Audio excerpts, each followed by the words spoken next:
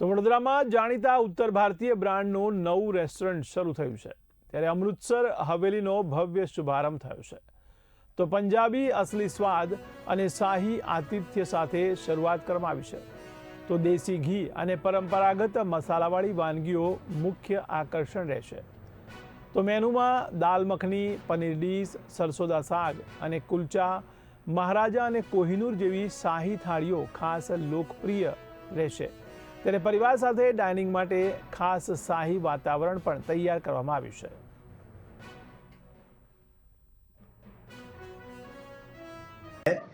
हमने ओपनिंग तो की है, लेकिन साथ में एक स्पेशल जो चिल्ड्रन बच्चे हैं उनके साथ हमने इसको शेयर किया है।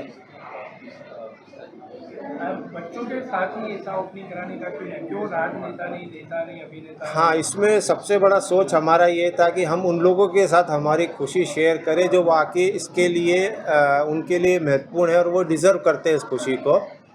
ठीक है, नेता अभिनेता वो तो सब दुनिया बुलाती है उनको और वो आते भी है, पर हमारा यही एक मेन उद्देश्य था कि ऐसे बच्चों को हम बुलाएं, हमारे साथ हमारी खुशी शेयर करें कि वो उनको भी एक अच्छा लगे कि हमको एक अच्छी जगह हम गए हैं।